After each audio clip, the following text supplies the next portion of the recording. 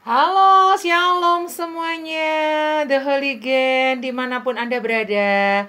Bersama dengan saya, Grace Sumilat, saya akan memandu acara hari ini dalam sebuah program Teen and Youth Ministry Shema Adonai bersama The Holy Generation Team dari Yayasan Genius Cara Alkitab.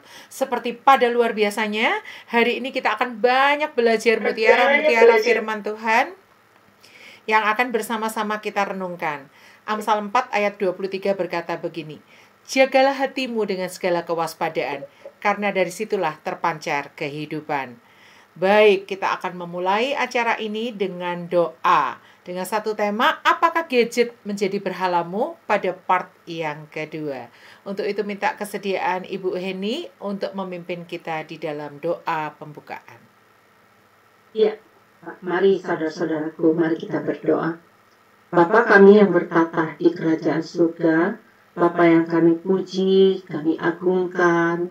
Bapa, saat ini Engkau melihat kami, anak-anak-Mu melayani Engkau, dan ingin juga Bapa, mau Tuhan di dalam Zoom Shema Adonai ini memancarkan suara kebenaran-Mu, sehingga banyak orang dapat belajar kebenaran firman dan berpengetahuan yang benar.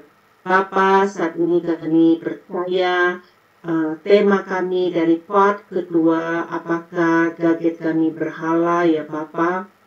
Tolong ya Bapa agar Kau yang mengurapi Ibu Ramona yang akan menjadi narasumber, pakai dia, mampukan dia untuk memaparkan pengajaran ini.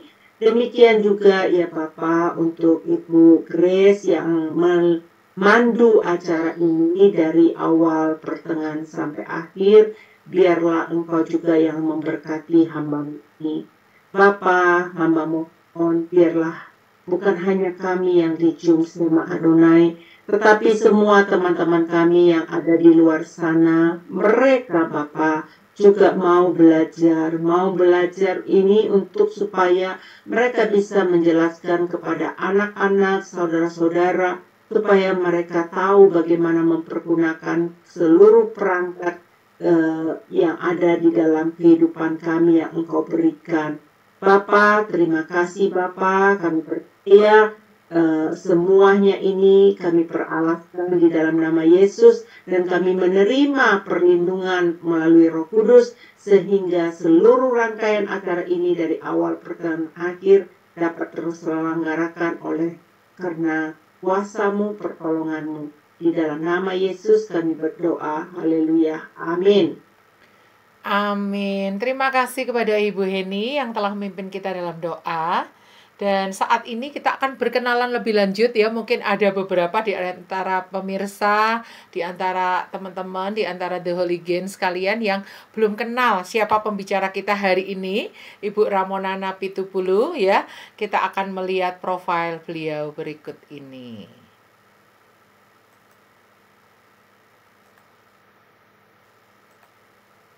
Shalom semuanya, selamat berjumpa kembali dengan Shema Adonai dalam channel YouTube Cahaya Firman. Dan pada kesempatan kali ini kita akan berkenalan dengan pembicara kita, yaitu Ibu Ramona Napitupulu dari The Holy Generation Team Yayasan Genius Cara Alkitab.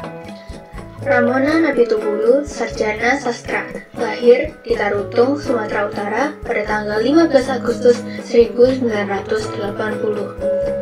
Ramona kuliah di Universitas Pajajaran mengambil jurusan sastra Jepang. Pada tahun 2007 ia menikah dengan Dwi Nugroho, sarjana teknik, dan tahun 2018 Ramona dan suami pindah ke Sumba Timur. Di sanalah ia menemukan panggilannya untuk melayani generasi usia remaja dan pemuda. Ramona menjadi penulis dan pembicara dalam tim The Holy Generation sejak tahun 2022. Pada tanggal 10 September 2022, ia memulai pelayanan perdana bersama The Holy Generation Team dan live di YouTube dan platform media sosial lainnya. Buku-buku yang sudah ditulis bersama The Holy Generation Team adalah sebagai berikut. Yang pertama adalah Guard Your Heart with All the Vigilance. Selanjutnya ada Outer Beauty versus Inner Beauty. Selanjutnya lagi ada Yusuf Berani Berkata Tidak Terhadap Dosa. Dan yang keempat adalah Absalom dan Gundik-Gundik Raja Daud. Selanjutnya ada Melupakan Apa Yang di Belakangku. dan selanjutnya dari Abram menjadi Abraham. Serta masih banyak loh buku-buku yang lainnya. Kerinduannya yang terdalam adalah generasi muda Indonesia berdiri di hadapan raja-raja dan menjadi berkat bagi bangsa-bangsa lain seperti Yusuf dan Daniel di akhir zaman.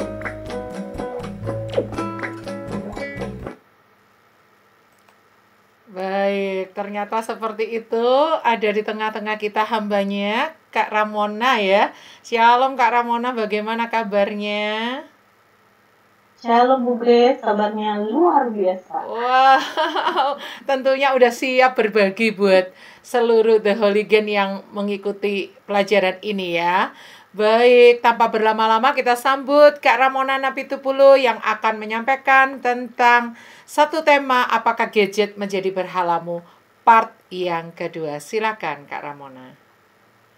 Terima kasih Bu Grace, terima kasih juga untuk semua Bapak Ibu yang sudah bergabung dalam Zoom pada sore hari ini dan juga untuk semua yang mungkin menyaksikan secara live. Shalom semuanya, juga untuk para Holy Gang dimanapun berada.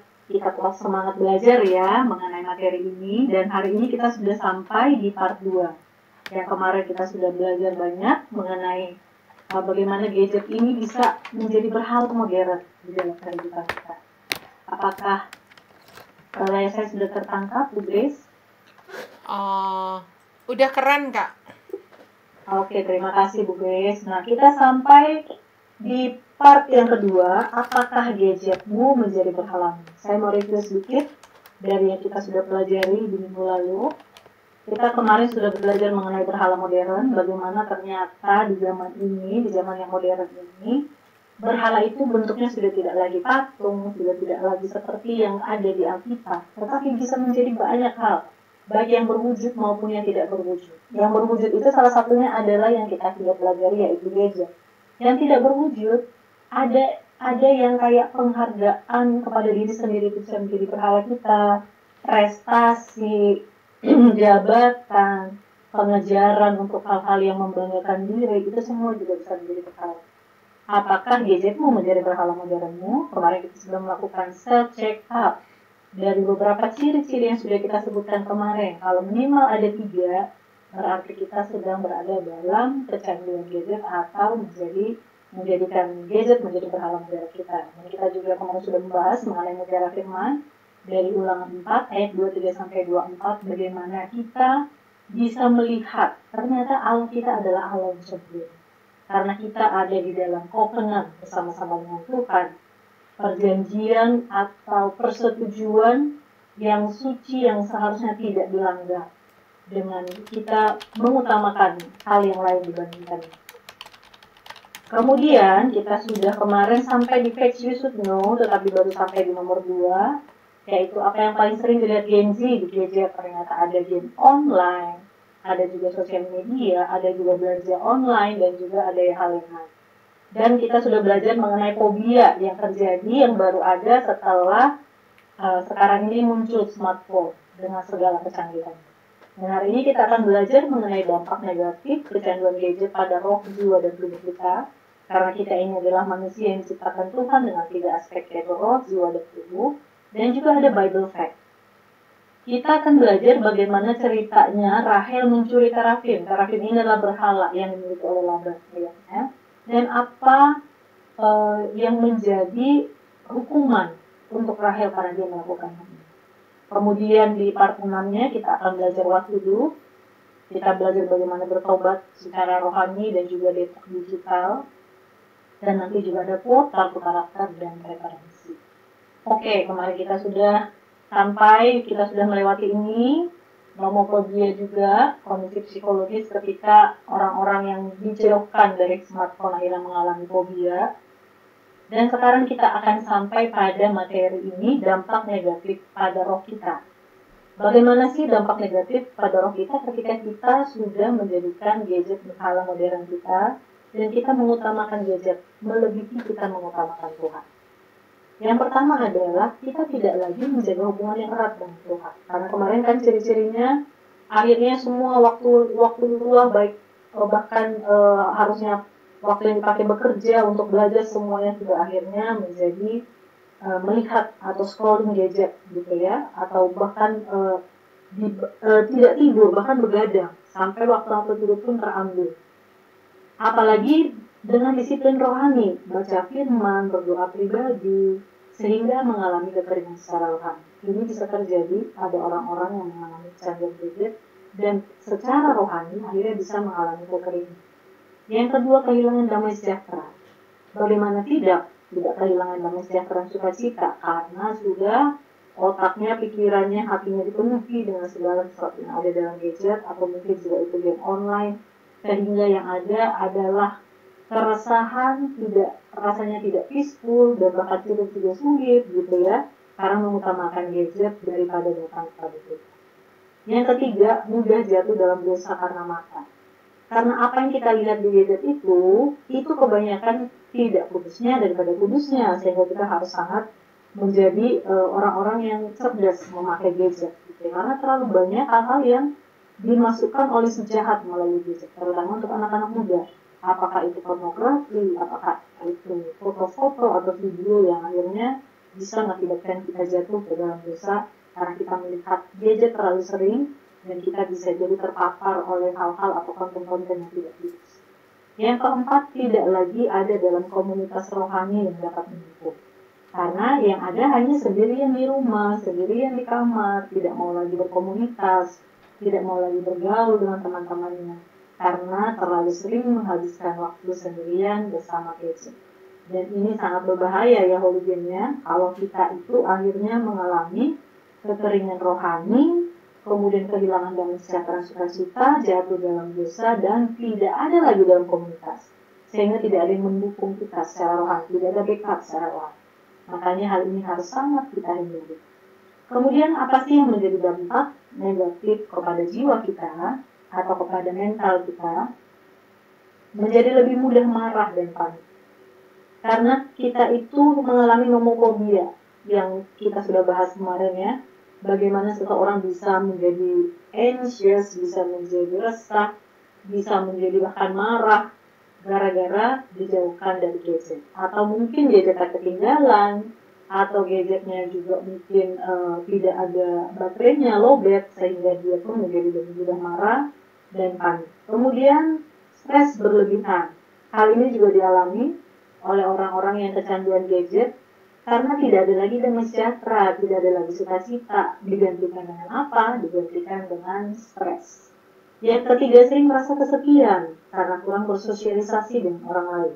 Tetapi anehnya, bagi orang-orang yang kecanduan gadget ini, ketika merasa kesepian tetap tidak datang kepada komunitas dan tetap tidak bergaul. Karena dia itu sudah seperti diikat, sudah seperti dibelenggu oleh kecanduannya kepada gadget. Padahal dia sebenarnya sudah merasa kesepian. Yang keempat, meningkatkan risiko gangguan cemas dan depresi. Karena stres akan meningkat menjadi depresi kalau tidak segera ditangani dan kalau tidak segera mengalami pemulihan. Yang kelima, sulit berkonsentrasi saat belajar atau bekerja. Ketika masih menjadi pelajar, masih menjadi mahasiswa, itu pun akhirnya sulit. Yang diingat adalah game online, yang diingat akhirnya adalah bagaimana sosial media, pengen selalu tahu update-update terbaru, akhirnya tidak bisa berkonsentrasi. Dan cenderung lebih mudah mengalami masalah dalam hubungan sosial, baik dengan keluarga, teman, atau rekan kerja.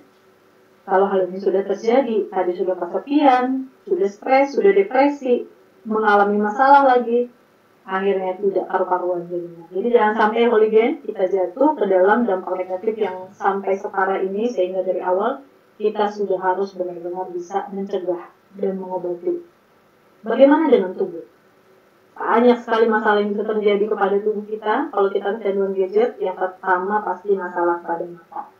Karena beberapa masalah mata yang sering dialami kecanduan gadget adalah masalah karena tadi ada kemarin kita bahas ada Blu-ray dan juga ada gangguan penglihatan. Bahkan saya melihat kemarin itu beberapa video-video di YouTube anak-anak yang dari kecil sudah dikasih gadget sampai akhirnya matanya jundul malah. Itu kasihan sekali gitu ya. Karena ketidakpahaman orang tua sehingga memberikan wujud kasihnya itu memberikan gadget kepada anaknya. Dan kita tahu anak-anak bahkan remaja juga kalau tidak dibatasi mereka tidak akan bisa membatasi sendiri penggunaan gadget. Jadi akhirnya kebablasan sampai akhirnya ada juga yang mengalami matanya sampai keluar air mata terus merah. Itu sangat banyak dialami oleh anak-anak, remaja, pemuda yang mengalami kecanduan gadget. Kemudian nyeri pada bagian tubuh tertentu. Jadi kalau kita itu kan kalau pakai gadget itu kita itu melihatnya ke bawah gitu, atau mungkin melihatnya kita lebih rendah dari pandangan mata kita. Tidak akan bisa sejajar gitu ya. Sehingga kita akan lebih sering menunduk dan akhirnya rentan mengalami nyeri leher, bahu, dan juga nyeri pada jari-jari atau pergelangan tangan karena terlalu sering memegang atau jari-jari kita terlalu sering bergerak di gadget dan memegang gadget. Kemudian infeksi. Perlu diketahui apalagi kemarin kita ada di masa-masa COVID ya, kebanyakan penularan infeksi dan penularan COVID juga bahkan banyak dari layar gadget. Karena layar gadget ini merupakan sarang kuman. Salah satunya bakteri E. coli penyebab diare. Sehingga sering bersentuhan dengan gadget dapat meningkatkan resiko terkena infeksi berbagai bakteri. Jadi jangan sampai kita itu hanya gara-gara terlalu banyak memakai gadget dan tidak mengutamakan juga kebersihan, sehingga kita bisa meningkatkan resiko kita terkena infeksi dari berbagai bakteri. Kemudian penurunan kualitas hidup. Penurunan kualitas hidup ini sangat berpengaruh kepada kehidupan, sangat berpengaruh pada kualitas kehidupan, kualitas bagaimana kita dari pagi sampai akhir malam kembali. Karena kalau kurang tidur, pasti kita juga tidak memiliki stamina yang prima. Kita juga akhirnya tidak bisa berkonsentrasi dengan baik. Dan pecandu gadget ini cenderung rela begadang, sehingga waktu dan kualitas tidurnya berkurang. Gangguan tidur ini dapat meningkatkan berbagai resiko penyakit seperti obesitas, diabetes, penyakit jantung, hingga infertilitas atau ketidaksuburan. Jadi Hooligan ternyata serius sekali bagaimana dampak negatif kepada tubuh kita, kepada jiwa kita, kepada roh kita, oleh karena kita menjadikan gadget berhala karena kita kecanduan gadget. Jadi kita harus segera mencari pertolongan, kita harus segera pulih dari kecanduan gadget. Nah, ini adalah gambaran bentuk tubuh manusia di tahun 3000 kalau masih terus mengalami kecanduan gadget. Wah, ini serem sekali. Jadi sebenarnya ini sih tidak bisa dijadikan acuan atau sumber ya. Ini sebenarnya dikatakan sebagai kayak prediksi supaya ini bisa menjadi shock terapi bagi kita yang manusia saat ini, zaman sekarang ini, yang mengalami kecanduan gadget. Agar kita bisa melihat bagaimana kedepannya itu akan menjadi semakin buruk sekali dampaknya kepada tubuh manusia kalau kita masih mengalami kecanduan gadget bahkan sampai di tahun 30. Ini beberapa ilmuwan dan ahli teknologi bekerja sama untuk memprediksi bagaimana bentuk manusia di masa depan pada tahun 3000, dan Talk Free Forward memberikan gambaran wujud manusia di masa depan yang cukup mengerikan. Ini mengerikan ya, oleh Jennya coba lihat tuh. Dibanding wujud yang ada saat ini berbeda sekali, jadi seperti bukan manusia biasa ini. Hasil studi yang dilakukan para ilmuwan di Talk Free Forward itu kemudian direfleksikan melalui sebuah gambar hasil olah digital 3 dimensi bernama Mindy. Jadi ini gambar olah digital 3 dimensi ini dinamakan Mindy. Coba kita lihat nih, punggungnya ini seperti kayak bungkuk gitu. Jari-jarinya ini kayak cakar, bukan lagi seperti tangan manusia biasa. Kemudian dia juga, sikunya ini juga berbeda dengan yang ada saat ini. Terus matanya seolah-olah ada kelopak mata kedua. Kemudian dia memiliki tengkorak yang lebih tebal. Kemudian juga leher yang lebih lebar. Kenapa ini bisa terjadi? Ini ada penelitian-penelitian dilakukan ya. Karena yang tadi kita kalau pakai gadget itu pasti tidak bisa lurus dengan pandangan mata, jadi kita pasti cenderungnya akan lebih bungkuk mata kita ke bawah, dan ketika punggung kita membungkuk maka kita itu leher itu akan menyesuaikan sehingga membuat tengkoraknya lebih tebal, otaknya lebih kecil, dan tangannya karena terlalu sering memegang gadget, terlalu sering mengetik atau menggunakan jari-jari, itu akhirnya menjadi seperti tangan cakar. Dan ada kelopak mata kedua karena terlalu sering melihat layar gadget. Jadi ini mudah-mudahan ketika melihat ini, Hooligan, kamu jadi sadar gitu. Ini memang dibuat supaya menjadi shock terapi, supaya kamu tahu gambarannya bagaimana manusia di tahun 3000 kalau kita tidak segera pulih dari kecanduan gadget. Kalau kita tidak menyadari betapa berbahayanya kecanduan gadget itu kepada tubuh kita. Nah, ini bisa dilihat ya holigennya, coba amati baik-baik dan akhirnya kita supaya bisa melihat bagaimana dampaknya sangat besar. Kita masuk di sesi dari hati ke hati. Yang pertama adalah, apakah holigen pernah atau sedang mengalami nomofobia? Ceritakan apa yang kamu alami dan kamu rasakan. Yang kedua, apakah kamu pernah atau sedang mengalami dampak negatif pada aspek roh, jiwa, dan tubuh akibat nomofobia? Sebutkan dampak apa saja yang kamu pernah alami. Yang ketiga, apa yang kamu lakukan untuk mengatasi dampak negatif tersebut yang pernah kamu alami? Sebutkan komitmenmu untuk bisa lepas dari nomofobia dan dampak negatifnya pada roh, jiwa, dan tubuh. Kalau kita sudah pernah mengalami mungkin atau masih mengalami, mari kita berubah, mari kita datang kepada Tuhan untuk dipulihkan, dan mari kita sebutkan, nyatakan komitmen kita untuk bisa lepas dari nomofobia ini, dari kecanduan gadget, dan kita bisa saling mendukung satu sama lain di dalam komunitas orang. Sekarang kita sampai di section yang kelima, yaitu Bible Fact. Tadi itu adalah fakta-fakta yang diberikan oleh ahli-ahli, yang diberikan secara akademis, gitu ya, secara ilmiah. Sekarang kita akan melihat faktanya secara Alkitab. Ini masih berhubungan dengan berhala.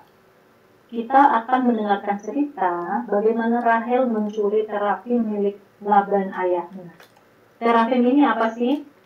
Apa yang menjadi akibat dari Rahel mencuri terafim milik ayahnya? Bolehkah saya minta tolong Bu Grace untuk membacakan ayat ini? Iya, siap Kak. Kejadian 31 ayat 19 dilanjutkan dengan ayat 30 sampai 32, demikian bunyi firman Tuhan. Adapun Laban telah pergi menggunting bulu domba-dombanya. Ketika itulah Rahel mencuri terafim ayahnya. Maka sekarang kalau memang engkau harus pergi semata-mata karena sangat rindu ke rumah ayahmu, mengapa engkau mencuri dewa-dewaku? Lalu Yakub menjawab Laban, aku takut karena pikirku, jangan-jangan engkau merampas anak-anakmu itu daripadaku. Tetapi pada siapa engkau menemui dewa-dewamu itu, janganlah ia hidup lagi. Periksalah di depan saudara-saudara kita segala barang yang ada padaku dan ambillah barangmu. Sebab Yakub tidak tahu bahwa Rahel yang mencuri terafim itu. Boleh dilanjutkan, Bu Grace? Lalu masuklah Laban ke dalam rumah Yakub dan ke dalam kemah Lea dan ke dalam kemah kedua budak perempuan itu, tetapi terafim itu tidak ditemuinya. Setelah keluar dari kemah Lea, ia masuk ke dalam kemah Rahel. Tetapi Rahel telah mengambil terafim itu dan memasukkannya ke dalam pelana untanya dan duduk di atasnya. Laban menggeledah seluruh kemah itu, tetapi terafim itu tidak ditemuinya. Lalu kata Rahel kepada ayahnya, janganlah Bapa marah, karena aku tidak dapat bangun berdiri di depanmu, sebab aku sedang haid. Dan Laban mencari dengan teliti, tetapi ia tidak menemui terafim itu. Terima kasih, Bu Grace. Iya. Karena yang membacakan adalah guru sekolah minggu, jadi semuanya ada nadanya berbeda-beda. Oke, nah kita lihat holigen. Jadi dari saya ada beberapa yang saya lompatin karena nanti takutnya terlalu panjang ayatnya. Jadi ketika Laban itu pergi menggunting bulu domba-dombanya, Rahel ini mencuri terafim ayahnya karena dia tahu mereka akan melarikan diri bersama dengan Yakub dan seluruh keluarga Yakub yang sudah berkembang biak ketika bersama-sama. Akhirnya Laban setelah mengetahui bahwa Yakub melarikan diri bersama anak-anak dan istri-istrinya, dia mengejar Yakub, dan akhirnya ketika dia sudah menemukan Yakub, dia mengatakan, kalau memang engkau harus pergi, kalau rindu ke rumah ayahmu, mengapa engkau mencuri dewa-dewaku, yaitu tadi terafim yang dicuri oleh Rahel. Karena Yakub tidak tahu bahwa yang mencuri terafim itu adalah Rahel, istrinya, dia mengatakan, tetapi pada siapa engkau menemui dewa-dewa itu, janganlah ia hidup lagi. Ini menjadi sumpah yang akhirnya berakibat kepada Rahel. Karena memang Yakub tidak pernah tahu bahwa itu ada pada Rahel, dan juga Rahel mencuri terafim ayahnya ini dengan tidak memberitahukan kepada suami. Padahal dia sudah menjadi istri seorang laki-laki yang mengasihi Tuhan, yang menyembah Allah. Gitu. Tetapi Rahel ini tidak tahu apa alasannya mencuri terafim tersebut. Dan kemudian dia tidak memberitahukan kepada dia. Sehingga keluarlah sumpah ini dari mulut Yakub. Pada siapa engkau menemui dewa-dewa itu, janganlah ia dibuat. Periksalah di depan saudara-saudara kita segala barang yang ada padaku dan ambillah. Kalau memang ada, ambil.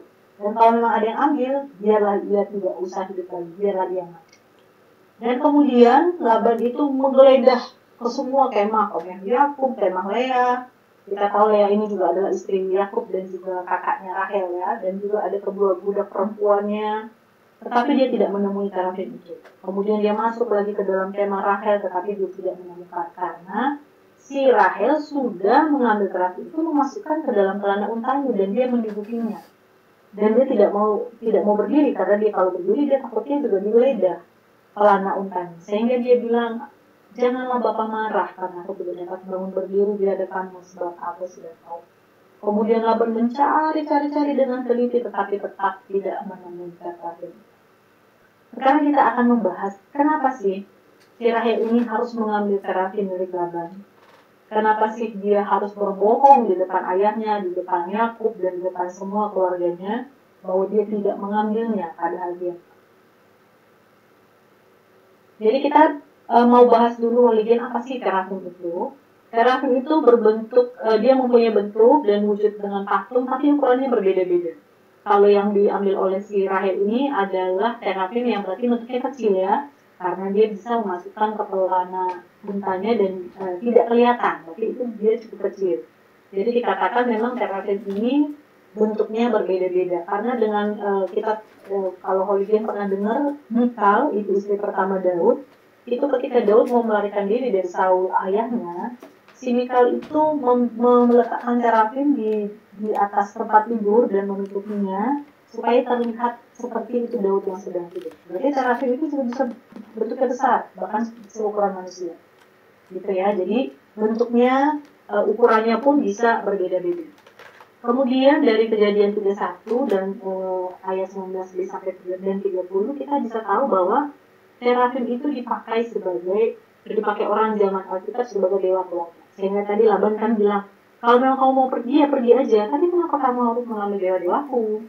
Ada kemungkinan juga terafim ini adalah semacam warisan turun-temurun dari leluhur yang telah mati kepada keturunan yang masih hidup. Jadi ini kenapa si Laban ini sangat panik karena dia itu tidak menemukan terafimnya, karena ini adalah warisan turun-temurun dari leluhurnya yang seharusnya tidak boleh hilang.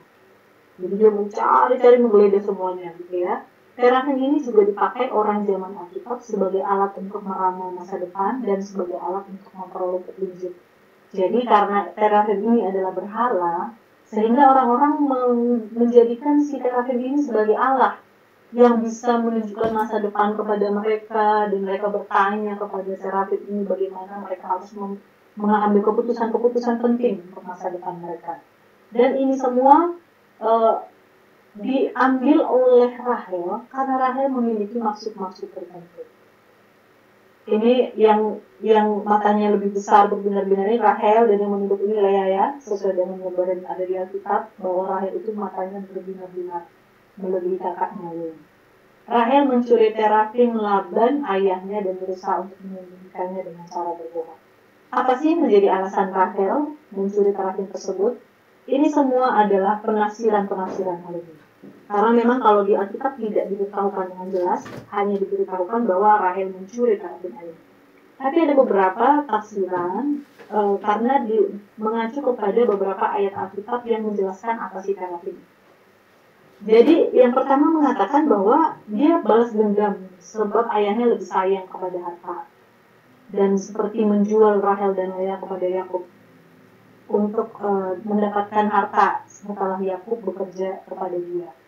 Maka ia mengambil barang yang berharga dan minta ayahnya. Jadi seolah-olah dia mau ngomong, Bapak itu kan lebih sayang harta daripada kami anak-anak. Udah sekalian aja aku ambil barang yang berharga di mata ayahnya, di mata Laban. Yang kedua, Rahel masih memiliki kepercayaan kepada berhala itu. Kepercayaan yang dipegang oleh ayahnya. Karena Laban masih menurunkan iman keberhalaan kepada Rahel, walaupun Rahel telah menikah dengan seorang yang beriman pada Allah yang hidup. Kalau memang ini yang terjadi, betapa disayangkan Holigennya, karena Rahel ini ada Rahel Karena Rahel adalah istri yang lebih dicintai oleh Yakub karena dia bekerja mati-matian kepada Laban itu karena dia ingin memperoleh Rahel sebagai istri. Dan ketika dia sudah menikah dengan seorang yang beriman pada Allah yang benar, betapa sayangnya kalau Rahel masih memegang iman keberhalaan. Yang ketiga, Rahel mencuri terafin ayahnya adalah untuk tujuan monoteistik, yaitu menjauhkan ayahnya dari tindakan penyembahan para dewa-dewa. Ini adalah tafsiran yang positif. Oke, dia mencurinya karena dia maunya ayahnya supaya nggak menyembah berhala lagi. Tetapi kemudian kalau memang seperti itu, kenapa dia harus berbohong pada Yakub ya? Jadi kita bisa lihat kayaknya ini kurang pas ya tafsiran. Tafsiran berikutnya, Laban tidak dapat berkonsultasi dengan terafim, karena kita tahu tadi holiday-nya bahwa terafim dipakai untuk meramal masa depan, meminta petunjuk. Jadi Rahel ini mengambil si terafim ini supaya ayahnya itu tidak bisa mengejar mereka, sehingga tidak tahu mana harus mengejar. Tetapi ternyata mereka bisa, Laban dan orang-orangnya bisa mengejar Yakub tanpa adanya si terafim itu, karena mereka mungkin memperhitungkan berapa lama mereka berjalan dengan banyaknya ternak, dengan banyaknya anak-anak yang masih kecil, dan ke arah mana kira-kira mereka. Jadi Laban mengenali daerah itu, makanya bisa mengejar tanpa harus ada terafim. Kemudian memiliki terafim tersebut dianggap memastikan perolehan 2 bagian warisan ketika sang ayah meninggal. Karena tadi kita sudah bahas terafim ini juga bisa menjadi warisan yang diturunkan dari leluhur. Jadi si Rahel ini ingin memastikan bahwa dia mendapatkan harta ayahnya, warisan ayahnya, karena kan mereka sudah akan meninggalkan Laban. Kalau di ini yang terjadi, betapa Rahel itu tidak bisa melihat bagaimana penyediaan Tuhan kepada Yakub dan keluarganya, kepada dia sendiri sebagai istri Yakub. Karena ketika Yakub bekerja keras dengan Laban, itu Tuhan benar-benar memberkati Yakub, memberkati Laban karena Yakub. Kalau si Rahel mengambil terafim ini untuk memastikan memiliki warisan dari ayahnya, betapa dia tidak punya iman kepada Allah yang disembah oleh suaminya. Kemudian yang keenam, Rahel bertujuan untuk melengkapi kemerdekaan atau kebebasan Yakub dari Laban dengan cara menambahkan harta kekayaan dari ayah. Karena menurut Bal, kepemilikan terhadap terafim yang adalah dewa keluarga Laban, berarti kepemilikan terhadap harta benda ayahnya termasuk anak-anaknya. Ini pun sesuatu yang juga akhirnya tidak sesuai dengan apa yang Tuhan mau sebenarnya, karena dia tidak perlu terafim untuk mendapatkan kemerdekaan atau kebebasan. Karena Tuhanlah yang membebaskan Yakub dan seluruh keluarganya dari Laban. Dan Tuhan juga yang memberkati Yakub dengan cara-caranya yang luar biasa. Jadi dari semua alasan ini, dari semua tafsiran dari alasan Rahel ini, tetap Rahel dipandang oleh Tuhan itu tidak berkenan. Karena dia sudah mengambil berhala dan dia ingin memiliki berhala tersebut. Kemudian kita tadi sudah mengingat ya, holiday-nya mendengar tadi ada sumpah Yakub, kepada siapa engkau mendekati dewa-dewa itu, biarlah ia tidak hidup lagi. Dan akhirnya itu terjadi kepada Rahel. Ketika mereka dalam perjalanan, Rahel mengandung Benyamin, dan ketika dia melahirkan, prosesnya sangat sulit. Oke, bolehkah saya minta tolong lagi Bu Grace untuk membaca ayat ini? Kejadian 35 ayat 16 sampai 19. Sesudah itu berangkatlah mereka dari Betel. Ketika mereka tidak berapa jauh lagi dari Efratah, bersalinlah Rahel, dan bersalinnya itu sangat sukar. Sedang ia sangat sukar bersalin, berkatalah bidan kepadanya, "Janganlah takut, sekali ini pun anak laki-laki yang kau dapat." Dan ketika ia hendak menghembuskan nafas, sebab ia mati kemudian, diberikannya lah nama Ben-Oni kepada anak itu. Tetapi ayahnya menamainya Benyamin. Demikianlah Rahel mati, lalu ia dikuburkan di sisi jalan ke Efrata, yaitu Bethlehem. Terima kasih Bu Grace. Ini yang terjadi kepada Rahel. Terjadilah sumpah yang diucapkan oleh Yakub, bahwa siapapun yang memiliki dewa-dewa itu, siapa yang mencurinya, biarlah ia tidak hidup lagi. Padahal Rahel sudah menanti-nantikan memiliki anak untuk waktu yang lama ya.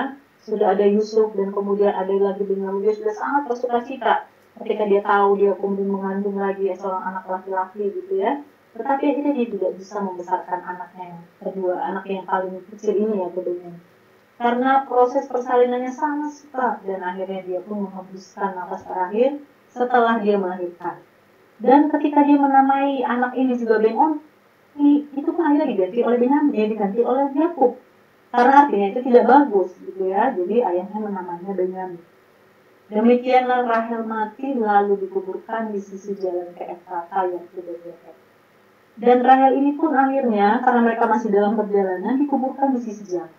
Walaupun memang ini juga menjadi kuburan yang sampai saat ini bahkan banyak dikunjungi oleh orang-orang, banyak orang-orang yang berziarah ke sini, dan juga Yakub karena cintanya kepada Rahel mendirikan juga tugu untuk Rahel di tempat ini. Tapi kemudian kita bisa melihat bahwa Rahel ini ketika dia dikuburkan pun tidak di kuburan keluarganya Yakub. Jadi yang dikuburkan di sisi Yakub adalah Lea, bukan Rahel. Padahal Rahel adalah istri yang lebih dicintai oleh Yakub. Ini adalah hukuman yang diterima oleh Rahel karena dia sudah mencuri terafim ayahnya, karena dengan alasan apapun, ketika dia mengambil berhala ayahnya itu tidak berkenan di hati Tuhan.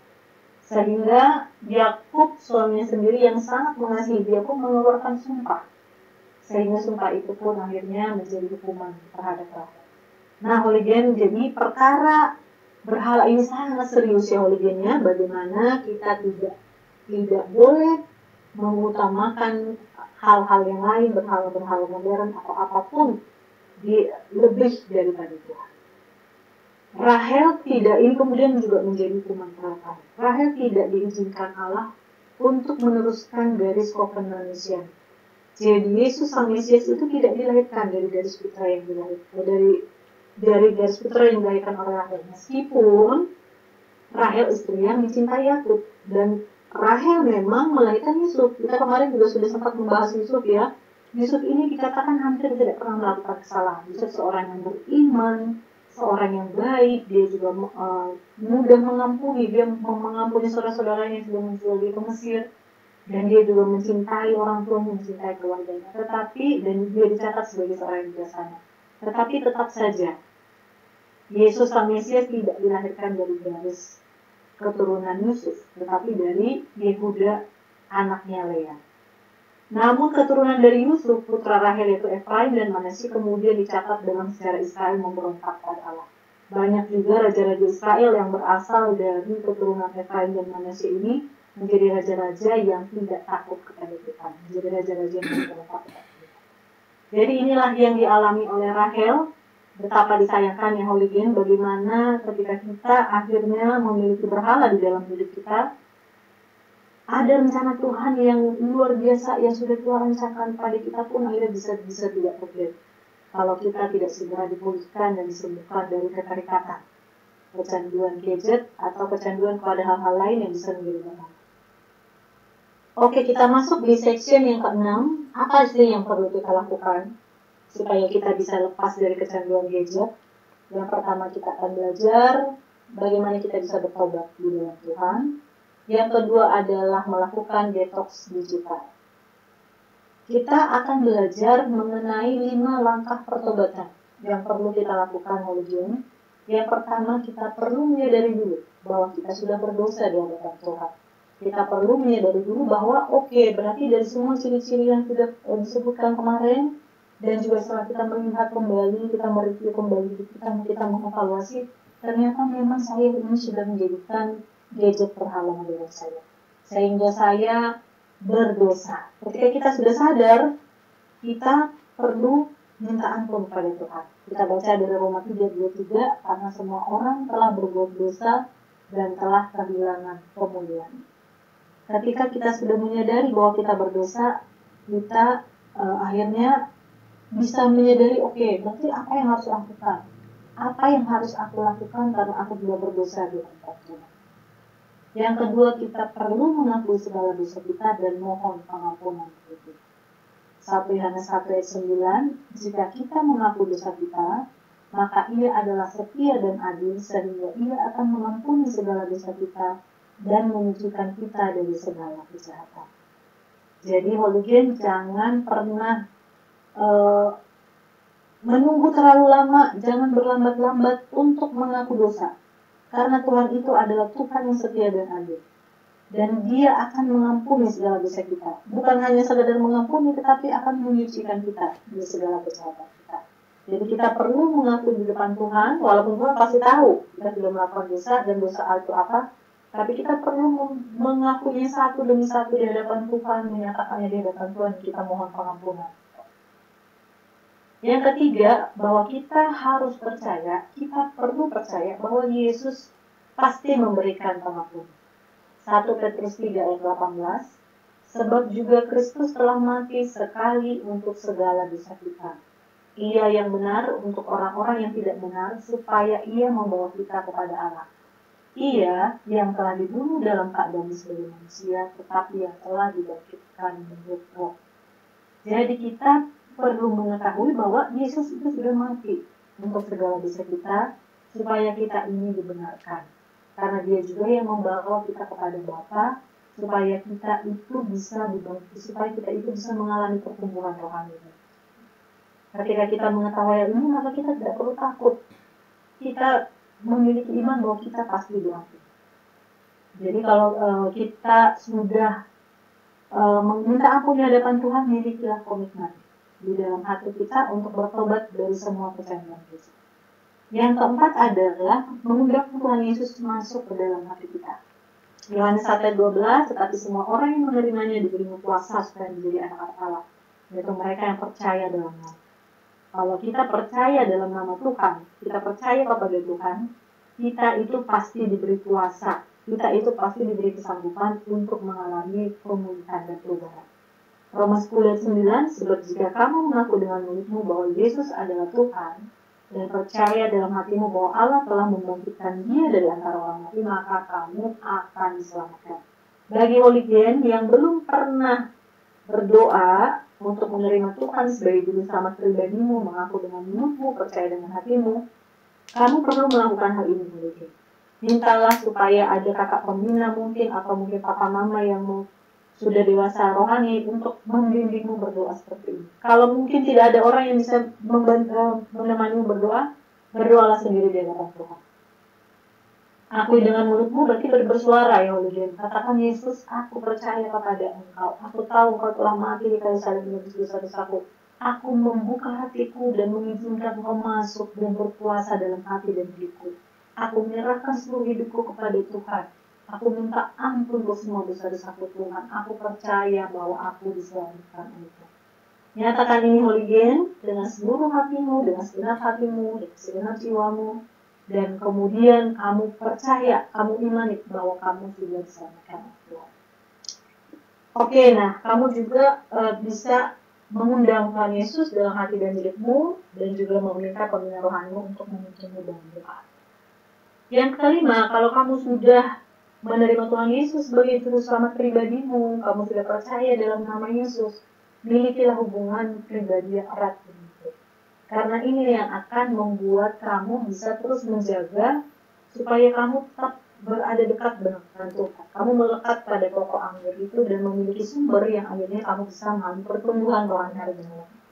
Yohanes 5 ayat 24, aku berkata kepadamu, sesungguhnya barang siapa mendengar perkataanku dan percaya kepada Dia yang mengutus aku, ia mempunyai hidup yang kekal dan tidak turut dihukum, sebab ia sudah pindah dari dalam maut ke dalam hidup. Percayalah bahwa kamu telah diselamatkan, sudah pindah dari dalam maut ke dalam hidup. Jadi siapa yang ada di dalam Kristus, 1 Korintus 5:17, ia adalah ciptaan baru. Yang lama sudah berlalu, sesungguhnya yang baru sudah. Yang baru itu apa? Holigen hidup bersama-sama dengan Tuhan. Penuh kasih Tuhan, penuh anugerah Tuhan, penuh penyediaan Tuhan, penuh perlindungan Tuhan. Itu adalah kehidupan yang sangat luar biasa Holigen. Kalau kamu belum mengalami hal ini dalam hidupmu, segera datang kepada Tuhan dan alamilah hal-hal yang baru yang datang di dalam hidup ketika kamu sudah menerima Yesus sebagai juru selamat pribadi. Milikilah cara hidup yang baru, yang akan menolongmu mengalami pertobatan yang sejati dan dipulihkan dari kesalahan dosa. Dan berkomitmenlah untuk melakukan disiplin rohani. Ketika bangun pagi, langsung memuji Tuhan, berdoa, kemudian baca Alkitab, kemudian berdoa, dan juga mengalami pertumbuhan rohani hari demi hari. Jangan lupa juga untuk memiliki komunitas rohani, di mana kamu bisa tetap bersama-sama saling membangun dan saling menguatkan di dalam Tuhan. Nah, itu yang perlu kita lakukan, 5 langkah pertobatan. Kemudian setelah itu kita bisa berbarengan dengan yang tadi, bertobatlah, kemudian juga lakukanlah ini detox digital. Apa sih detox digital? Detox digital adalah sebuah upaya yang dilakukan seseorang untuk terlepas sejenak dari perangkat teknologi atau mengurangi penggunaan gadget agar tidak menghadapi digital noise. Digital noise itu adalah gangguan-gangguan yang kita dapatkan ketika kita terus ada di bersama-sama dengan gadget. Ada notifikasi, ada bunyi-bunyi telepon, bunyi WA, bunyi SMS atau apapun itu. Jadi kita tidak perlu menghadapi digital noise itu karena kita sedang ada di dalam detox digital. Nah, ini kita lakukan ini seperti kita sedang menjauhkan diri. Untuk sejenak itu berapa lama kita bisa menyesuaikan dengan apa yang sudah kita alami bersama-sama. Yang pertama yang perlu dilakukan dalam detox digital adalah matikan notifikasi pada ponsel atau smartphone. Mungkin juga ada tablet atau juga gadget yang biasa kita sering gampang kita jangkau gitu ya. Matikan notifikasinya. Kalau memang ada hal-hal yang penting mengenai pekerjaan ya kita juga bisa, tetapi kalau pas itu tidak ada sebaiknya benar-benar dimatikan. Jesse Fox, PhD, Head of Ohio State University Spectre Lab mengatakan, jika Anda membiarkan diri Anda terganggu oleh notifikasi sebanyak 5 kali dalam setengah jam, untuk orang-orang masa kini, setengah jam itu bukan hanya 5 kali ya, bisa banyak sekali notifikasi.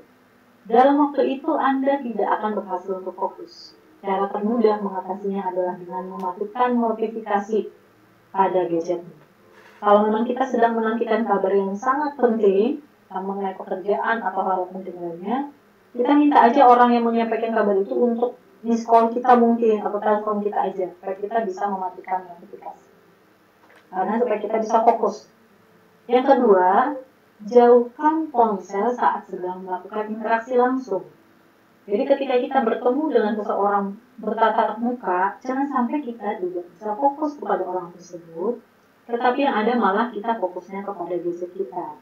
Riset mengatakan meskipun kita tidak memeriksa ponsel, ternyata layar ponsel yang menyala tetap saja dapat mengganggu proses percakapan kamu dan mengurangi kualitas interaksi.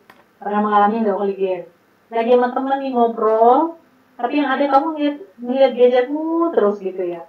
Atau pas ada notifikasi kan biasanya dia akan nyala gitu ya, lampunya akan nyala. Akhirnya kita melihat lagi. Akhirnya kita tidak bisa berinteraksi dengan seseorang yang kita sedang ketemu ini menjadi berkualitas sehingga mengganggu proses percakapan.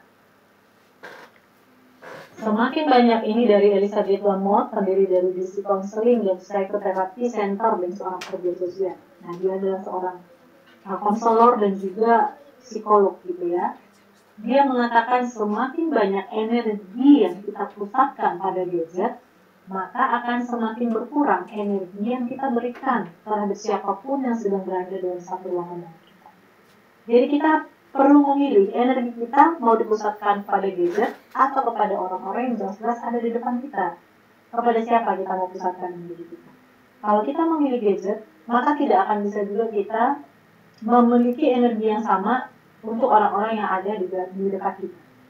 Dan kalau saya mengatakan betapa ruginya kalau kita masih fokusnya ke gadget, sementara ada orang-orang yang ingin berinteraksi dengan kita. Yang ketiga, buatlah jadwal-jadwal bagaimana kita bisa dalam jadwal itu kita ada waktu-waktu kita tidak benar-benar sama sekali tidak melihat atau memegang gadget. Sisihkan waktu beberapa jam setiap harinya di mana kamu tidak menyentuh perangkat teknologi sama sekali dan terapkan jadwal ini secara bertahap. Mungkin kalau kamu sedang kerja atau kamu sedang dalam kondisi yang perlu gadget, mungkin dengan komputer, dengan laptop pun tidak masalah. Tetapi tetapkanlah jam-jam tertentu setiap hari selama detox digital ini tidak menyentuh perangkat teknologi sama sekali, supaya kamu semakin terbiasa dengan tanpa gadget. Yang keempat, jauhkan kamarmu dari peralatan elektronik. Apakah mungkin itu TV, atau itu mungkin speaker, atau mungkin itu ada laptop, ada juga HP, tablet. Semuanya itu jauhkan. Kalau kamu set alarm pagi hari itu dengan HP, sekarang ganti dengan alarm yang biasa aja. Jadi benar-benar yang fungsinya memang alarm gitu ya. Kebanyakan dari kita menggunakan ponsel sebagai alarm setiap hari, namun ketika mematikannya sebelum tidur, akan mudah tergoda memainkannya terlebih dahulu. Jadi supaya tidak terganggu tidurnya akhirnya juga tidur karena lihat gadget, tergoda, gantilah jam kita dengan alarm dan usahakan kamar kita tidak dikelilingi oleh peralatan elektronik untuk menjaga kualitas tidur. Oke, yang kelima, alihkan minatmu kepada buku. Yang tadinya hiburan-hiburan kita selalu dari gadget, selalu melihat sosial media, melihat berita di toko ini. Bagaimana kalau kita saat ini kita alihkan semuanya kepada buku-buku yang berkualitas. Jika kamu pernah memperhatikan bahwa membaca buku terasa lebih memuaskan daripada membaca di tablet atau e-book, maka alihkan kebiasaanmu menulis atau membaca sesuatu melalui gadget. Kalau kita mau baca buku, jangan baca e-book, karena ibu pasti pegangnya gadget juga, gitu ya, karena kamu sedang mengalami kecanduan gadget dan ingin melakukan detox. Jadi, bacalah buku secara fisik, buku yang benar-benar buku, bukan e-book. Kalau kita juga mungkin biasanya menulis dengan dengan langsung di tablet, gitu ya, jadi kita nggak bisa lagi menulis di buku, ganti semuanya. Penelitian menunjukkan bahwa ketika kita membaca di atas kertas, pikiran kita memproses informasi dengan lebih efektif. Jadi Holigen, mari kita coba yang tadi ada jam-jam tanpa gadget itu, kita alihkan dengan membaca buku atau menulis sesuatu di kertas supaya kita bisa memproses informasi dengan lebih efektif dan kita memiliki pengalihan yang positif, yang berkualitas. Kemudian gunakan satu gadget dalam satu waktu. Pernah nggak sih Holigen kamu depan laptop, pegang HP, pegang tablet sambil nonton TV, dengar musik, semuanya terjadi dalam sekejap. Saat kamu belajar atau bekerja, jangan biasakan mencuri waktu untuk mengecek media sosial atau bahkan membalas pesan, karena hal tersebut dapat mengacau otakmu. Kamu harus membiasakan diri untuk berfokus hanya pada satu gadget dalam satu waktu untuk meningkatkan konsentrasi. Kalau memang kamu benar-benar sedang perlu di depan gadget, mungkin kamu perlu mengerjakan sesuatu di depan laptop, usahakanlah hanya laptop itu yang ada di depanmu, jangan ada gadget-gadget yang lain. Kalau ada HP lagi di situ, kalau ada yang lain, mereka akan sering tidak bisa berkonsentrasi dan tidak bisa fokus. Ini dari Jesse Fox, PhD, Head of Ohio State University's Virtual Environment, Communication Technology and Analysis Research atau Vector Lab. Dia mengatakan seperti ini. Multitasking bukanlah hal yang baik bagi kita. Ini hal yang mungkin kita jarang dengar ya Holigen ya. Selama ini kita pikir, apalagi buat perempuan-perempuan nih, biasanya multitasking itu sangat sering kita lakukan.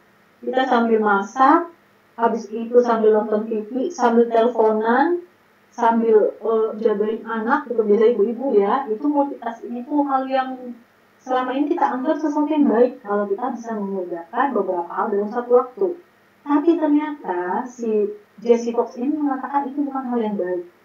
Jika Anda sedang melakukan satu tugas dan harus terganggu dengan hal lain, seperti misalnya membalas pesan, maka dibutuhkan waktu sedikit lama bagi otak kita untuk kembali fokus pada pekerjaan awal yang sedang dikerjakan.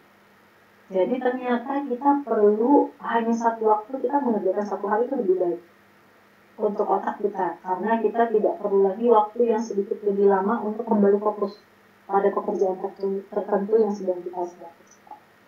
Jadi multitasking ini boleh kita lakukan kalau hal yang satu itu tidak mengganggu konsentrasi. Misalnya mungkin ada yang menyetrika sambil nonton TV, tapi jangan sampai ada setrikaannya yang akhirnya jadi kebakar gitu ya, karena terlalu asyik nonton TV.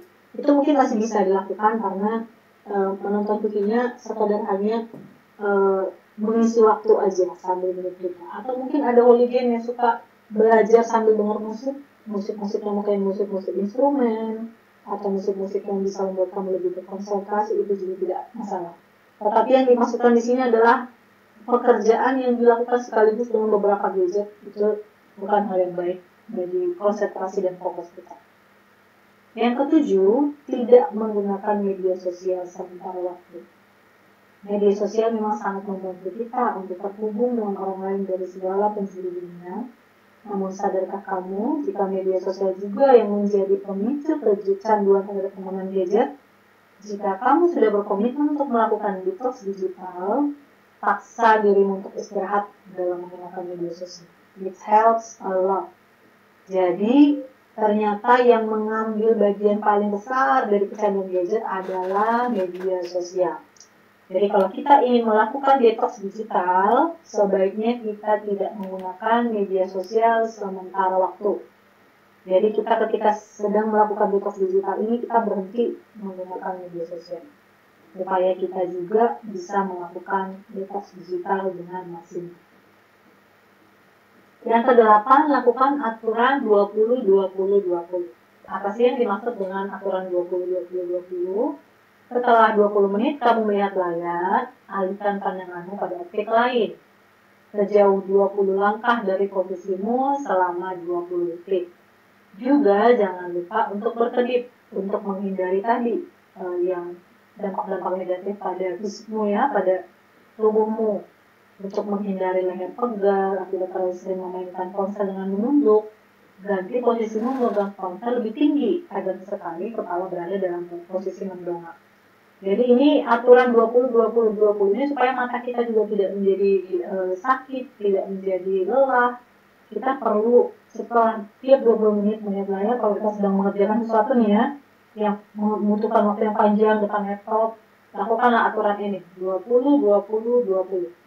20 menit lihat layar, kemudian pandang objek yang lain, kalau ada yang hijau-hijau di luar kantor atau di luar kamarmu, di luar rumah, pergilah 20 langkah dari kursimu, kemudian selama 20 detik, coba lihatlah pemandangan yang hijau-hijau itu, kemudian kamu bisa kembali. Supaya mata kita tetap segar dan tidak terlalu lelah. Yang ke-9, offline weekend. Habiskan akhir pekan dengan penggunaan teknologi digital seminimal mungkin. Karena biasanya di weekend inilah kita punya banyak waktu luang. Ya holiday-nya kita mungkin nggak kuliah, nggak kerja. Jadi akhirnya di weekend biasanya HP terus yang dilihat gitu ya. Gadget terus yang dilihat. Jadi usahakanlah habiskan akhir pekan dengan penggunaan gadget seminimal mungkin dan pergunakanlah waktu luang di akhir pekanmu untuk berkumpul bersama keluarga. Lakukan kegiatan di luar ruangan, bertemu dengan teman-teman, janjian, berjalan-jalan di alam bebas, karena menikmati alam bisa menjadi kegiatan yang sangat menarik. Ini semua bisa menjadi pengganti-pengganti dari gadget yang sangat menyenangkan sebenarnya.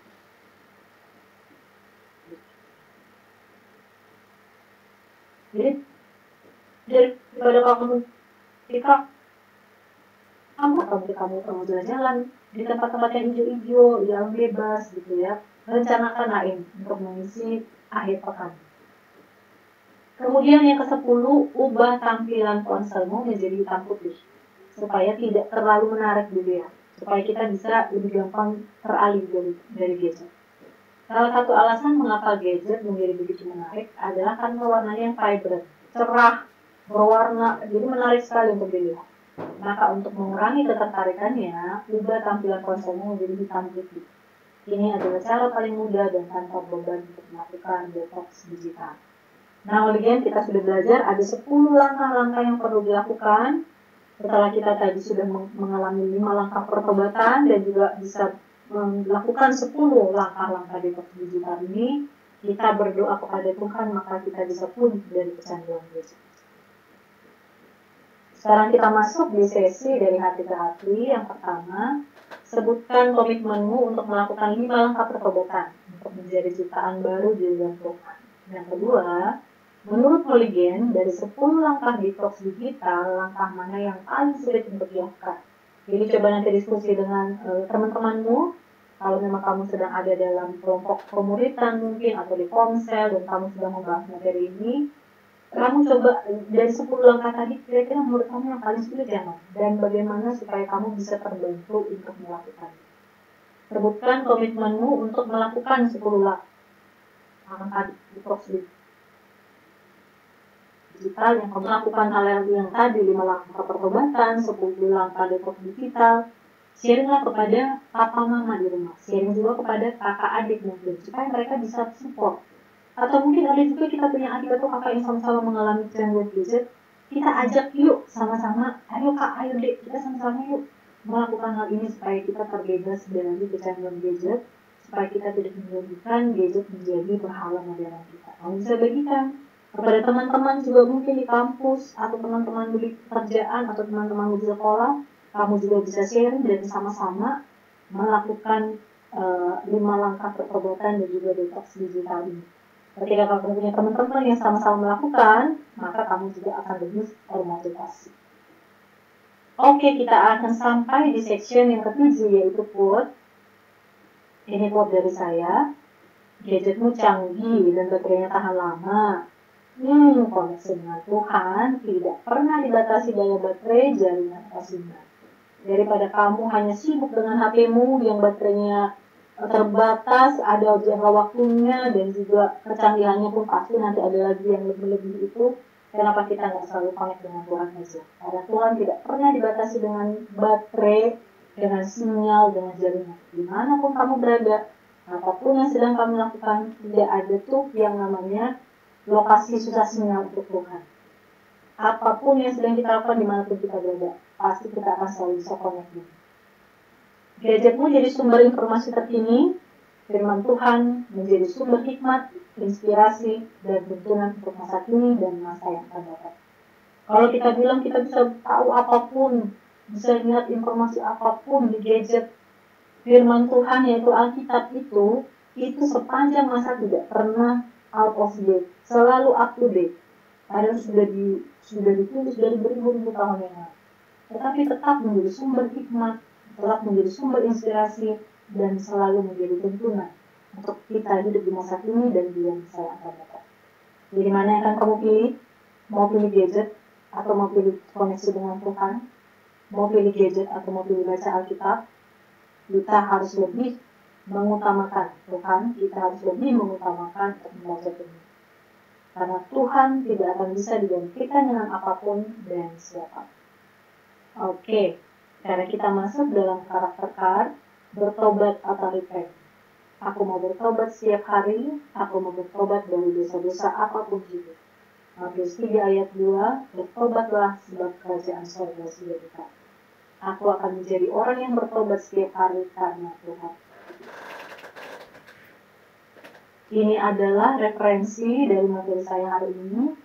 Saya mengambil dari beberapa sumber. Oke, demikian Holygen. Sekian untuk materi kita pada sore hari ini. Tuhan Yesus memberkati. Wow, luar biasa sekali ya penyampaian materi hari ini. Apakah gadget menjadi berhalamu part 2? Dipastikan udah finish hari ini. Sehingga minggu depan kita bisa belajar materi yang baru lagi ya Holygen. Saya sangat terberkati sekali dengan pemaparan bahwa kalau kita menjadikan gadget berhala itu pengaruhnya bisa ke roh, ke jiwa, ke tubuh, lengkap dipengaruhi semuanya. Oleh karena itu kita mau hanya menjadi hamba daripada Tuhan, bukan hamba daripada gadget ya Holygen. Terima kasih banget Kak Ramona yang udah jadi berkat buat kita semua hari ini. Baik, mungkin Holygen sekalian juga rekan-rekan teman-teman yang ada di Zoom saat ini, ada di Zoom Class saat ini ingin memberikan pertanyaan, tolong bisa disiapkan ya. Sementara itu sambil Anda mempersiapkan, saya ingin mengumumkan kegiatan Shema Adonai terdekat berikut ini. Ya. Akan ada Christian Leadership Studi Kasus Nehemia part ketiga yang akan disampaikan oleh Evangelis Dwi Prasetyo Raharjo dengan moderator kita yang luar biasa Ibu Christine, yaitu pada hari Selasa nanti malam ya, tanggal 28 Mei 2024 jam 21:10 WIB. Kenapa lebih 10 ya? Karena ini menunggu kelas sekolah Alkitabnya selesai ya. Di jam sebelum ini ada sekolah Alkitab. Sehingga setelah sekolah Alkitab selesai dilanjutkan dengan part 3 Christian Leadership Studi Kasus Nehemia. Wow, sangat menarik sekali ya. Nehemia ini juga salah satu tokoh yang saya masukkan dalam skripsi saya untuk menyelesaikan strata 1. terkait dengan leadership begitu ya. Sekarang kita lihat informasi berikutnya. Pada hari Rabu tanggal 29 Mei yang akan datang, jam 21:10 waktu Indonesia bagian Barat, akan ada Ibu Pendeta Dr. Suryani Watimena yang akan menyampaikan tentang menerima pimpinan Tuhan melalui firman dan Roh Kudus part yang ketiga. Baik, kita akan nantikan ini ya, besok hari ya, jam 9 malam lebih 10 waktu Indonesia bagian Barat. Dengan seperti luar biasanya, moderatornya adalah Ibu Christine. Nah, ini ada informasi yang sangat menarik. Saya sendiri ingin ikut kelas ini ya. Gratis loh ini. Kita akan belajar bahasa Ibrani dari tingkat dasar banget. Dari tingkat 0 ya. Siapa yang mau belajar bahasa Ibrani ya, saya nomor 1 paling angkat tangan duluan ini. Kebetulan waktunya adalah Sabtu jam 9 malam di mana tidak ada kegiatan lain ya. Kecuali mungkin kita persiapan untuk ibadah minggu, tapi kalau kita memang benar-benar mau belajar bahasa Ibrani, ayo kita luangkan waktu setiap Sabtu jam 9 malam. Ini akan dimulai tanggal 8 Juni 2024. Dengan hambanya yang akan mengajar kita yaitu Evangelis Erikson Ritonga. Ya, Bachelor of Theology. Ya, ini gratis, kita akan belajar dari 0, dari alfabetnya, dari sejarahnya, dari pokoknya segala macam deh, kita akan belajar dari tingkat dasar. Ayo yang rindu nggak cuma dengar kata orang bahasa Ibrani gini. Kita sendiri juga mau belajar ya, supaya nggak hanya percaya kata orang, tapi kita sendiri juga mendalami. Ayo, saya ajak bergabung mulai 8 Juni ya, di link Zoom yang selalu sama, teman-teman. Kalau nggak pakai link Zoom, bisa pakai ID meeting, bisa dicatat nih, atau di screenshot sekarang layarnya ya. 83339188708 dengan passcode-nya Adonai. Nah, seperti pada luar biasanya, setiap pagi dari Senin sampai Sabtu, jam 5.30 pagi waktu Indonesia bagian Barat, Shema Adonai Ministry akan mengadakan renungan pagi yang dilayani oleh hamba-hamba Tuhan yang sangat memberkati. Ya, di sini ada foto jajaran hamba-hamba Tuhan yang melayani di program ini. Dan minta teman-teman yang belum subscribe ke Cahaya Firman, ayo subscribe ya. Ini adalah channel YouTube yang ketiga di Shema Adonai Ministry setelah channel YouTube yang pertama dan kedua itu hilang gitu ya. Hilang padahal subscribernya udah banyak.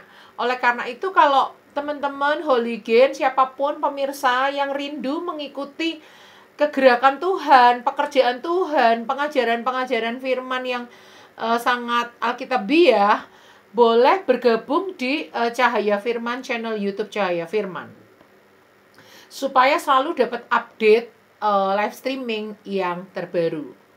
Dan ada layar tunggu yang selalu mengumumkan setelah ini akan ada pelajaran apa, siapa pembicaranya, siapa moderatornya, jam berapa, dan seterusnya. Lalu untuk khusus renungan pagi Shema Adonai ini hanya diadakan di channel YouTube Cahaya Firman, tidak disiarkan di channel-channel YouTube lain yang bekerja sama dengan Shema Adonai Ministry. Seperti itu pengumuman dari Shema Adonai Ministry. Saat ini mungkin apakah ada teman-teman atau hooligan di sini yang mau bertanya? Kak Ramona akan mencatat pertanyaannya dan kami akan bantu Anda untuk unmute, untuk Anda bisa menanyakan dengan leluasa. Silahkan, mungkin bisa angkat tangan. Oh ya, bisa kirim emoji angkat tangan seperti yang dilakukan Bu Ingrid di sini ya. Mari silahkan Bu Ingrid, Kak Ramona sudah siap, nanti langsung dijawab saja ya Kak Ramona.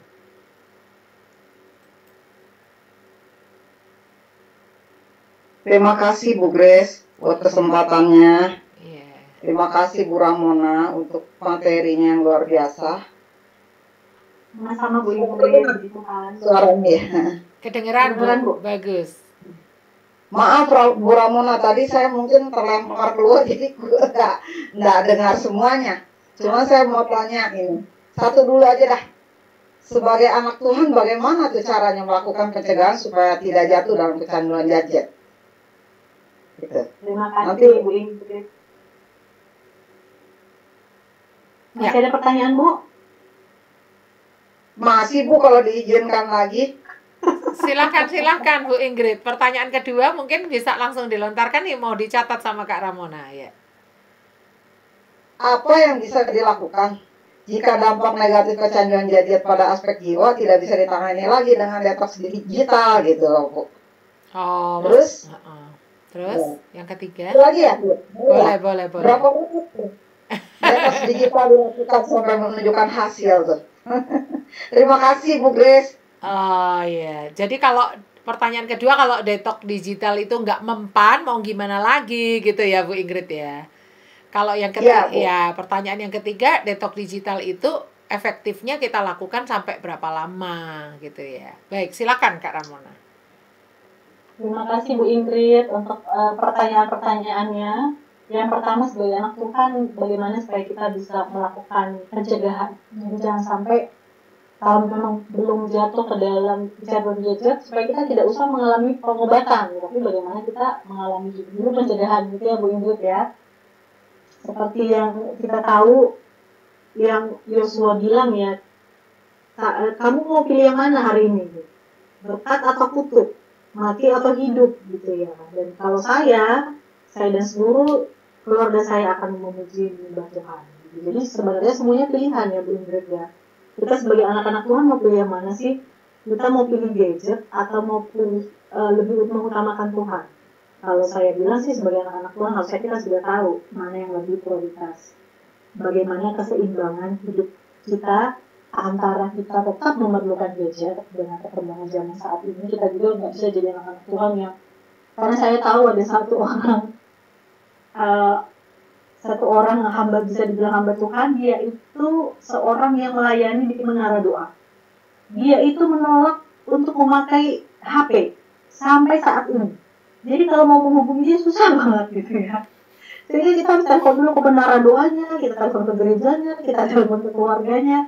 Menurut saya ini pun kurang berhikmat juga gitu ya, karena ya kita juga kan hidup di zaman modern yang memang kita memerlukan gadget. Tetapi bagaimana hidup kita tetap seimbang antara kita memang menggunakan gadget ini sebagai sesuatu yang positif dalam hidup kita, tetapi kita tidak menjadikannya berhala. Kita juga bisa tetap mengutamakan waktu-waktu bersama-sama dengan Tuhan itu lebih daripada kita hanya sekedar scrolling media sosial atau hanya lihat-lihat apapun berita terbaru di sosmed. Jadi semuanya pilihan untuk kita. Tetapi sebagai anak-anak Tuhan, saya percaya bahwa kita pasti akan memilih Tuhan melebihi apapun, mengutamakan Tuhan melebihi apapun. Jadi kalau ada waktu luang nih buat kita, ada waktu-waktu kita bisa milih antara mau berdoa atau mau bermain gadget. Mana yang mau kita pilih? Marilah kita pilih mending berdoa dulu gitu ya. Kalau memang masih ada waktu setelah berdoa, mungkin cuma 5 menit, 10 menit, ya apa juga kita mau scroll gadget, lihat sosial media, tetapi tidak mengutamakan hal itu dibanding kita mengutamakan Tuhan. Begitu Bu Ingrid untuk pertanyaan pertama, apakah sudah menjawab? Bagaimana Bu Ingrid? Oh itu udah ada tanda jempol, oke katanya. Silakan lanjut ke jawaban pertanyaan kedua Kak Ramona. Yang kedua tadi berapa lama kalau detox digital untuk aspek jiwa sudah tidak bisa, apa yang harus dilakukan gitu ya Bu ya? Iya. Oke. Jadi kalau pada aspek jiwa ini memang kalau memang yang tadi detox digital kita sudah lakukan tetapi ternyata masih belum cukup menolong, kita perlu melihat kondisi orang-orang yang kita layani atau mungkin orang-orang yang dari sekitar kita yang mengalami kecanduan gadget. Kalau sudah sampai di tahap yang sangat parah dan memerlukan bantuan profesional, kita bisa juga datang ke orang-orang yang memang di bidangnya bisa memberikan pertolongan secara profesional. Mungkin juga ke psikolog atau juga mungkin psikiater, dan mereka bisa memberikan penanganan-penanganan yang lebih efektif yang bisa menolong orang-orang yang kecanduan gadget ini yang sudah tidak bisa ditolong karena sudah terlalu parah. Karena ada kan yang sudah sampai pada tingkat stres atau bahkan depresi. Itu memang memerlukan orang-orang yang profesional juga. Demikian Bu Ingrid. Iya, langsung ke jawaban pertanyaan ketiga atau Bu Ingrid sudah puas belum dengan jawaban pertanyaan kedua ini? Bu Ingrid, monitor Bu Ingrid. Oke Bu, Iya. mantap. Langsung ke pertanyaan ketiga ya Kak Ramona. Yang ketiga tadi adalah berapa lama sih? Karena kan tadi kan ada di alamat dari kita jangka waktu tertentu, gitu ya Bu Ingrid ya. Tentu saja sangat sangat tergantung kepada setiap orang yang melakukan detox digital. Tetapi kalau setahu kita kan bahwa semua pembiasaan-pembiasaan yang baru, habit-habit yang baru, itu bisa menjadi habit biasanya minimal 3 bulan. Kalau orang di kantor juga kan kalau kerja ada masa percobaan probation itu juga biasanya 3 bulan. Terus kalau misalnya kita sedang di terapi dalam hal apapun untuk menjadi kebiasaan yang baik itu pun biasanya 3 bulan. Jadi saya sarankan sih minimal 3 bulan. Tetapi kalau ternyata dalam beberapa orang itu masih kurang karena mungkin tingkat kecanduannya sudah lebih parah, mau lebih lama dari 3 bulan itu lebih baik lagi. Atau bahkan karena itu sudah menjadi kebiasaan dan akhirnya mau dilakukan seterusnya itu jauh lebih baik lagi. Begitu. Bu Ingrid, apakah sudah menjawab? Oh, sudah ada tanda jempol itu. Baik. Saya mau tanya juga boleh ya Kak Ramona, sepertinya masih ada waktu ini, boleh ya? Silakan Bu Grace. Iya. Saya mau nanya gini nih. Orang kecanduan gadget kan macam-macam ya. Mungkin kecanduan pornografi bisa ya. Mungkin kecanduan media sosial juga bisa, entah scrolling TikTok, terus Instagram, terus scrolling Instagram, terus gitu ya. Ada yang mungkin kecanduan kayak tayangan-tayangan gitu ya. Kalau lain medsos, lain tayangan-tayangan atau informasi-informasi. Sepertinya kalau apapun itu harus lebih mantap kalau informasi dapat dari Mbah Google atau gimana gitu ya Kak Ramona.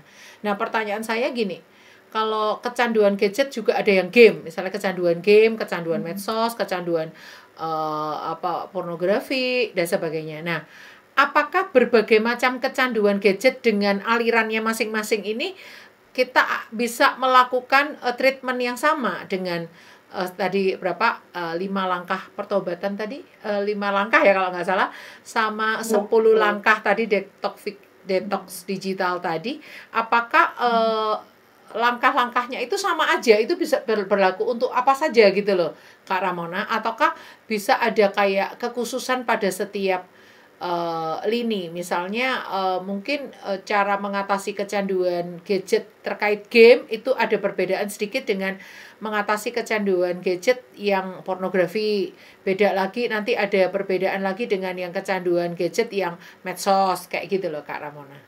Thank you. Terima kasih Bu Grace untuk pertanyaannya. Kalau menurut saya khususnya untuk kecanduan pornografi yang dia lihat di gadget itu memang memerlukan penanganan yang mungkin lebih berbeda ya Bu ya. Karena tapi 5 langkah pertobatan itu pasti sama dilakukan. Sama ya, baik. Sama. Karena memang itu kan berbicara tentang dosa kecanduan gitu. Jadi memang ini adalah kecanduan gadget dan juga kecanduan pornografi. Untuk lebih lengkapnya sebenarnya kita di THG punya materi yang khusus membahas mengenai kecanduan pornografi ya Bu Grace ya. Iya. Apakah mungkin kita juga bisa sarankan untuk koligen atau Bapak Ibu yang juga sedang menolong anak-anaknya untuk lepas dari kecanduan pornografi, boleh melihat di ini kita ya, di mana Bu Grace? Di channel YouTube ya, di channel YouTube Genius Cara Alkitab, cari di playlist The Holy Generation, nanti cari di batch 2, banyak sekali ya judul-judulnya ya Kak Ramona yang tentang kudus di area seksual ya. Ya, batch 1 ya Bu Grace ya. Oh, ya sorry batch 1. Sorry batch 1. Ya. Jadi silakan Holigen Bapak Ibu boleh lihat di sana karena kita sudah banyak membahas sampai di pembahasan di batch 1 itu kita sudah membahas bagaimana caranya kita bisa mengunci setiap YouTube kita, Facebook kita, Instagram itu dari hal-hal yang berbau pornografi. Itu banyak ada hal-hal teknis yang bisa dilakukan untuk membantu kita gitu ya. Tetapi juga secara rohani juga banyak hal yang bisa dilakukan. Tetapi 5 langkah pertobatan tadi adalah hal yang wajib dilakukan untuk pertama kali. Untuk kita bisa mengalami pertobatan, memohon pengampunan kepada Tuhan. Nah, kalau untuk yang kecanduan game online tadi, Bu Grace, kalau tadi kan kita di detox digital itu kan dalam jangka waktu tertentu gitu ya. Kalau menurut saya, kalau untuk kecanduan game online, sebaiknya sih berhenti total. Kalau tadi kan masih, kalau sudah terbiasa dengan detox digital, oke, habis itu kita bisa kembali lagi, tetapi tidak lagi jadi kecanduan. Tapi kalau menurut saya mending kalau game online ya, kalau game mungkin ini kalau menurut kalian susah sekali untuk lepas dari game online, tetapi saran saya sebaiknya tidak usah sih. Karena kalau saya lihat game online yang sekarang disukai oleh anak-anak muda ini pun kebanyakan kekerasan semua gitu. Ini kita juga pernah bahas nih di batch 1 ya Bu Grace mengenai game-game online juga. Bagaimana ternyata banyak sekali yang berdarah-darah, saling tembak, itu pengaruh. Kalau kita mungkin tahu sekarang ini banyak anak-anak remaja yang tiba-tiba datang ke sekolahnya bawa senapan nembak di Amerika sana, itu kebanyakan dari pengaruh game. Dan game-game online yang saya lihat saat ini kebanyakan yang berhubungan dengan kekerasan, berhubungan dengan tembak-menembak, banyak darah-darahnya, itu semuanya itu sebenarnya juga, padahal mereka sudah mengatakan sih ada batas-batas usia tertentu untuk game ini, nanti ada kodenya ini, tapi cuma usia berapa ke berapa. Tapi kalau menurut saya ya udah, holy game sebaiknya berhenti saja, tidak usah lagi main game online, karena kecuali game-game yang bisa mengasah otak, misalnya kayak game-game crossword gitu ya, atau word puzzle gitu-gitu. Kalau menurut saya, walaupun mungkin katanya kalau game mungkin kamu itu kan gak seru gitu, tapi kenapa kita, kalau kita memang lebih memilih Tuhan dibandingkan kita memilih kecanduan game online, tapi kita harusnya bisa dong berlepas dari semua bentuk game, walaupun itu buat kita sangat menarik. Tetapi kalau menurut saya sebaiknya benar-benar dihentikan supaya tidak lagi bermain game online. Demikian Bu Grace. Baik, yang medsos gimana Kak Ramona kalau medsos? Kalau medsos yang tadi berlaku Bu, detox digital. Karena buat saya, menurut saya walaupun kita masih beberapa kali mungkin melihat sosmed juga nggak harus berarti total, juga masih oke, mungkin kita tahu keseimbangannya, waktunya supaya tidak berlebihan. Baik, terima kasih Kak Ramona, jawabannya sangat memberkati, sangat membekali, terutama di sini para pembina, para orang tua, juga The Hooligan sendiri bisa paham ya, bagaimana kita bisa lepas dari jerat kecanduan terhadap gadget ini. Baik, seperti itu ya. Saya rasa kalau orang tua harus bertobat dulu. Kalau ingin anaknya bertobat ya harus dimulai dari teladan orang tua. Nggak sedikit yang kecanduan justru orang tua ya. Bagaimana mungkin orang tua kecanduan menginginkan anaknya terlepas sementara dia sendiri belum merdeka. Jadi saya rasa harus start dari yang atas ya, yang memberi teladan. Seperti itu ya. Terima kasih Kak Ramona. Baik, masih adakah pertanyaan? Kalau tidak ada, kita akan tutup dengan closing statement dan doa penutup oleh Kak Ramona. Dipersilakan. Terima kasih Bu Grace. Seperti yang tadi saya sudah katakan mengenai perkataan Yosua kepada bangsa Israel. Mana yang mau kamu pilih hari ini? Berkat atau kutuk, kehidupan atau kematian, tetapi aku sendiri aku memilih seluruh keluargaku melayani Tuhan, menyembah Tuhan.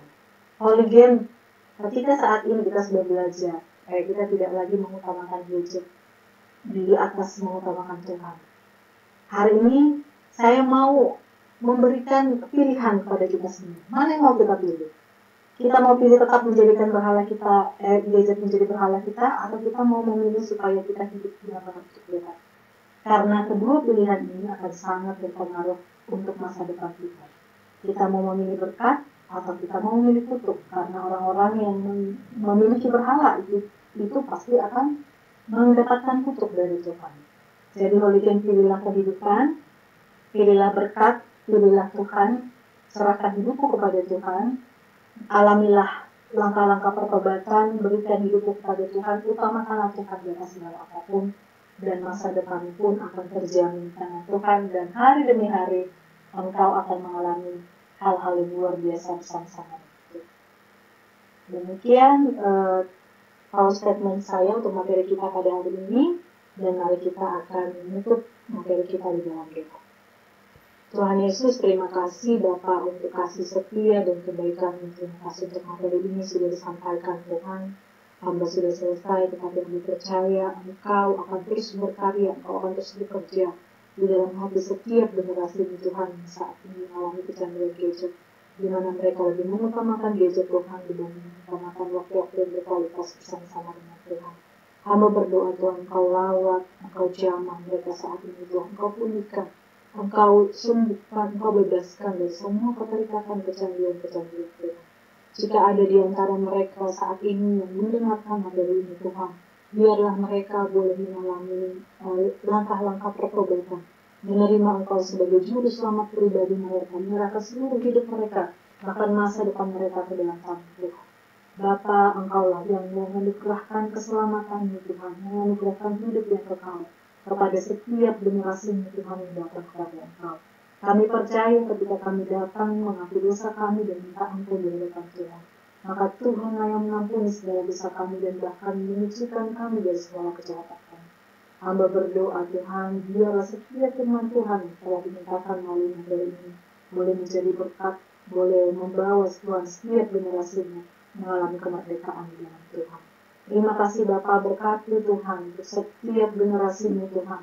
Berkati setiap keluarga-keluarga, berkati setiap orang tua, agar boleh mendidik anak mereka di dalam takut akan Tuhan, agar boleh mendidik anak-anak mereka Tuhan dalam nilai-nilai kebenaran firman Tuhan. Dan biarlah setiap generasi-generasi ini Tuhan boleh menjadi generasi yang perkasa di akhir zaman, generasi yang berdiri di atas kebenaran firman Tuhan dan mengutamakan Tuhan lebih apapun dalam kehidupan mereka. Berkati juga Tuhan untuk setiap kami yang sudah melayani pada sore hari ini. Tuhan limpahkan berkat-berkat-Mu Tuhan, rohani maupun jasmani Tuhan bagi setiap orang-orang yang sudah melayani hari ini. Tuhan yang boleh terus memimpin kami, membawa kami untuk boleh melayani Tuhan lebih dan lebih lagi. Terima kasih Tuhan, di dalam nama Yesus kami berdoa dan mengucap syukur. Haleluya. Amin. Amin. Terima kasih banyak Kak Ramona yang sudah membagikan materinya dan hasil perenungan bersama dengan Tuhan kepada kita semua. Juga terima kasih kepada Ibu Heni, teman-teman dari Shema Adonai Ministry. Terima kasih buat semua yang udah bergabung di sini. Bu Ingrid yang sangat bisa memberikan pertanyaan-pertanyaan kepada kita. Terima kasih untuk partisipasinya.